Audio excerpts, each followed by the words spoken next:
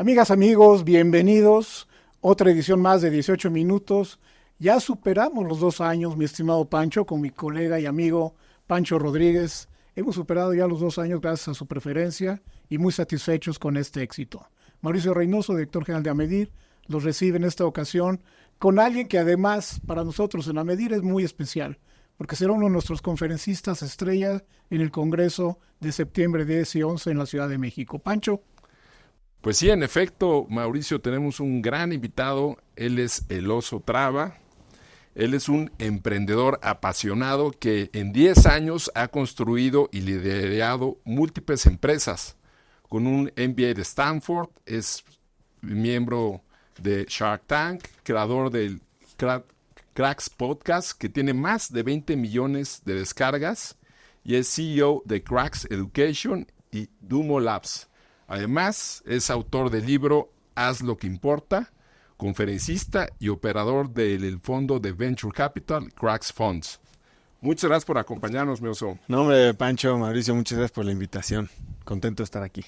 Gracias. Estupendo. Oye, antes de cualquier cosa, yo quisiera que me aclararas algo. Siempre hay una historia interesante atrás de algo que te va distinguiendo en los medios, en el ámbito público. Y tú usas la frase, aprende a crear una vida más grande. Cuéntanos un poco la historia que hay atrás de ello y qué es lo que significa para ti.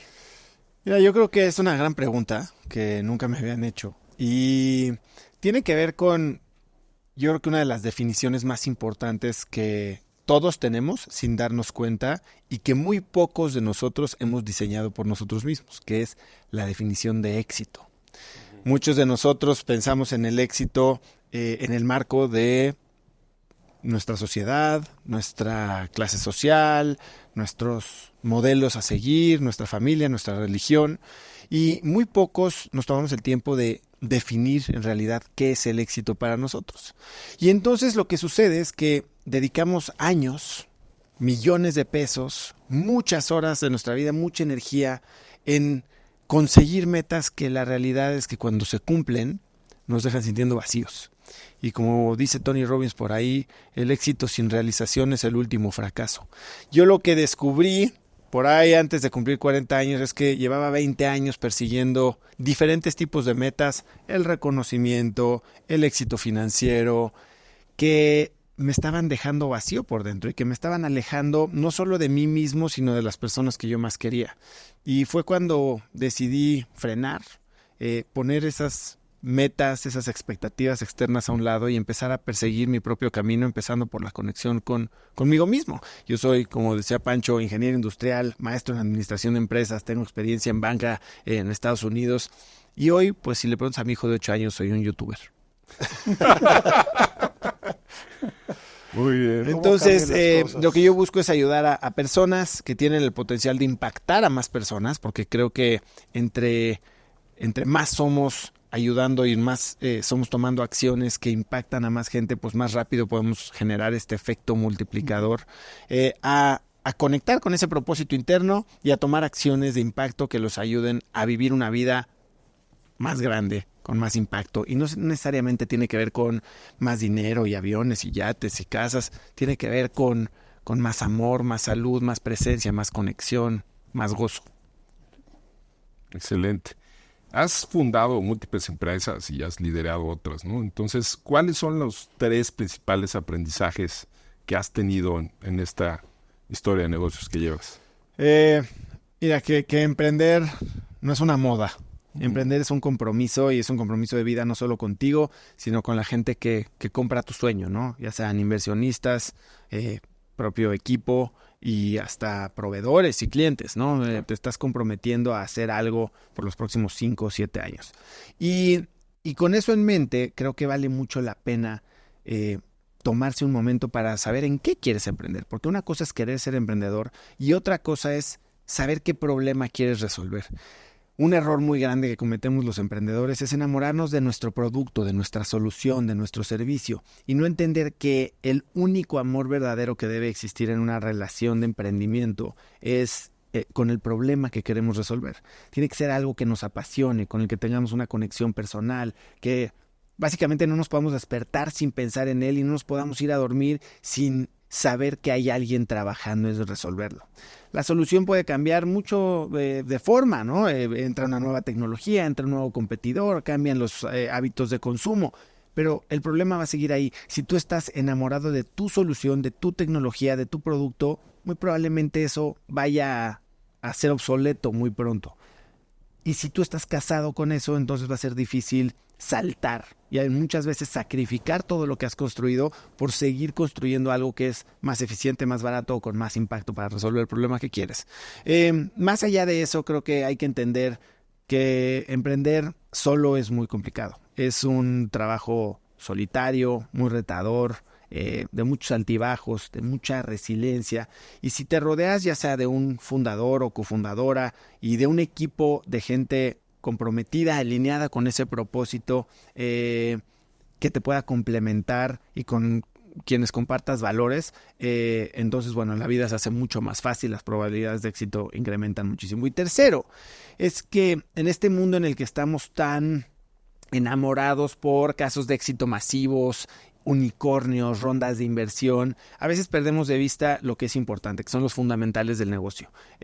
Yo invito a todos los emprendedores a construir un negocio en el que se vende más de lo que se gasta, que tenga rentabilidad, no irse por el camino fácil a veces de levantar capital para experimentar y explorar, sino levantarlo cuando se tienen unos sólidos fundamentales de negocio y se necesita el capital para crecer, para exponenciar y para, sobre todo, expandir el impacto del negocio. Y yo creo que con esas tres cosas muy presentes, a veces tomaremos la decisión de no emprender y está bien.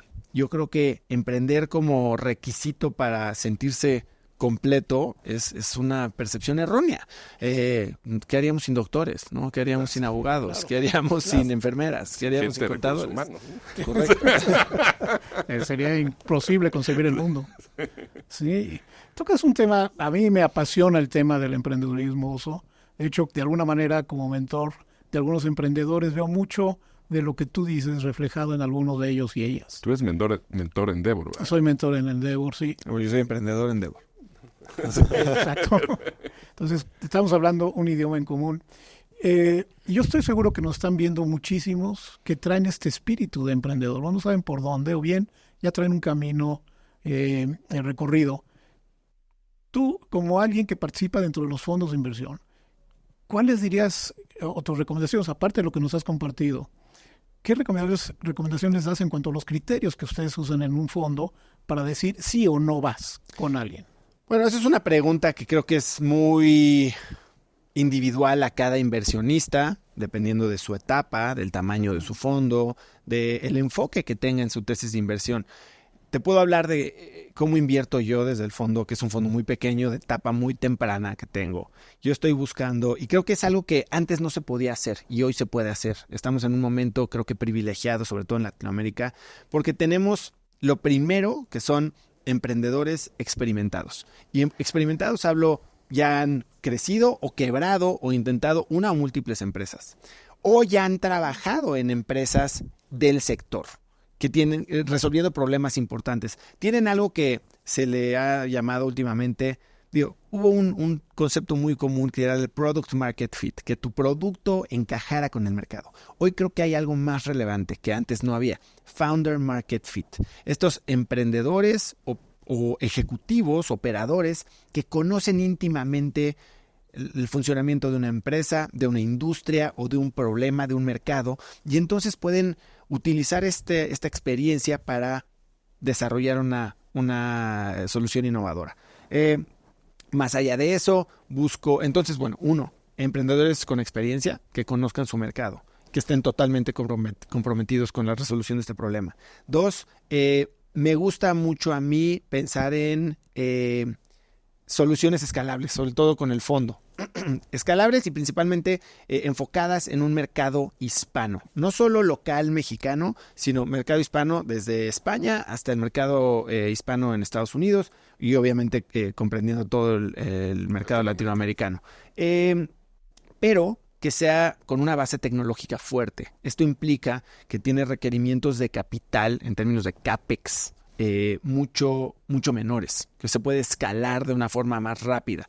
Y esto entonces involucra industrias como SaaS, Software as a Service, algunas soluciones B2B, en empresas no necesariamente tan sexys. Yo, a pesar de que mi experiencia ha sido principalmente como emprendedor haciendo soluciones B2C o Business to Consumer, en lo que más estoy invirtiendo ahora es en B2B, en equipos que entienden una solución, entienden el problema corporativo y pueden empezar a vender. Y estoy invertido en soluciones desde logística, financiamiento, software para gestión de hipotecas, software para optimización de fuerzas de ventas de retail, etcétera. Entonces, hay fondos que invierten y yo invierto en etapa muy temprana, presemilla, semilla, idealmente ya con un producto, no sé si necesariamente ventas, pero sí ya un producto, aunque también invierto en etapa de idea. Excelente.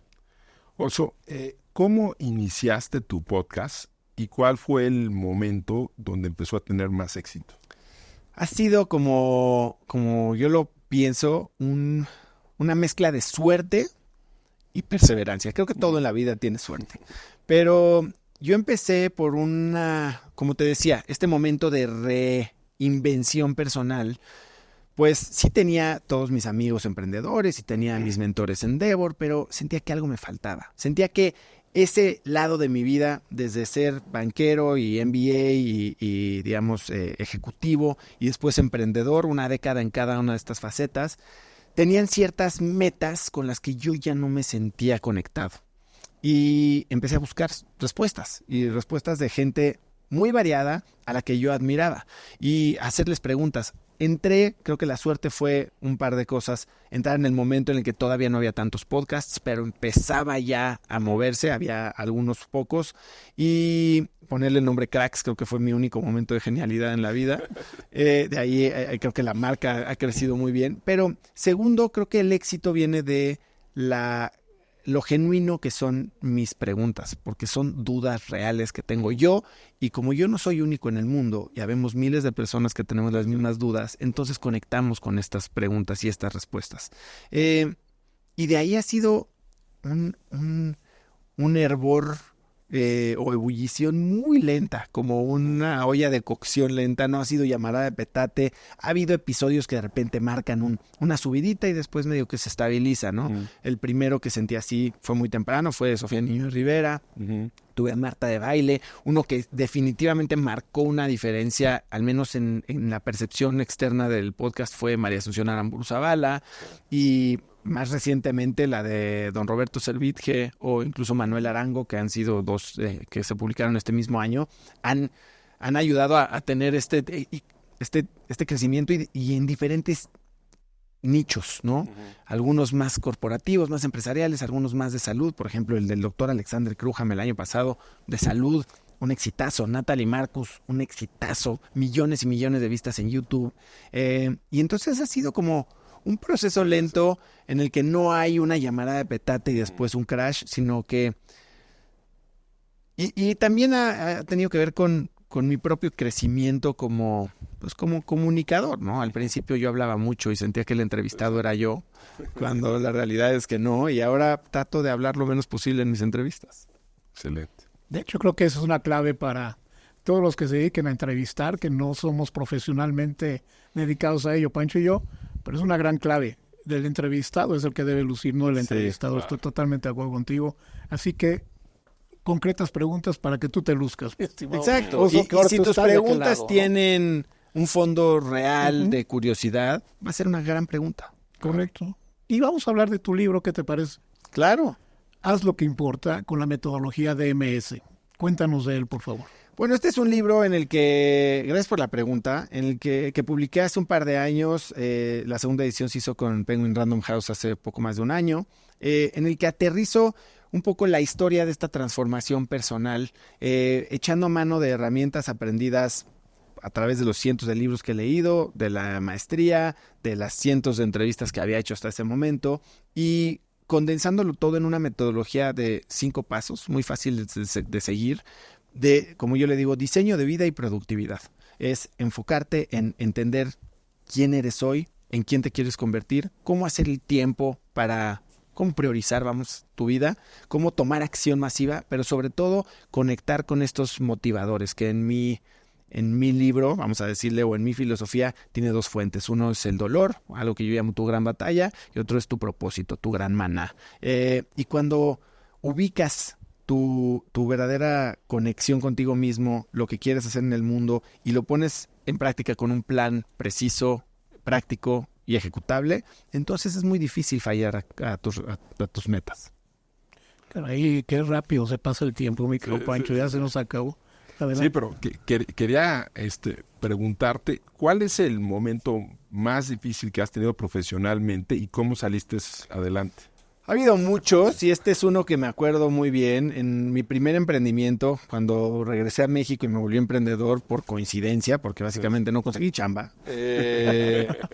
empezamos una cadena de tiendas que se llamaba Lo Mío es Tuyo. Fuimos emprendedores en Endeavor, emprendedores de expansión.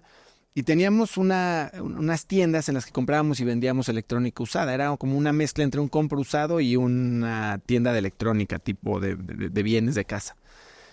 Dábamos crédito y demás, y tratábamos de traer una cultura medio Silicon Valley, que es de donde yo venía, pero a un nicho trabajador no muy sofisticado. Y nos dimos cuenta que cuando teníamos alrededor de 10, 12 tiendas, la mitad de nuestro personal estaba coludido con bandas. Robaban nuestras tiendas, amenazaban a los que no se subían al barco en el esquema y después nos venían a vender lo que nos habían robado.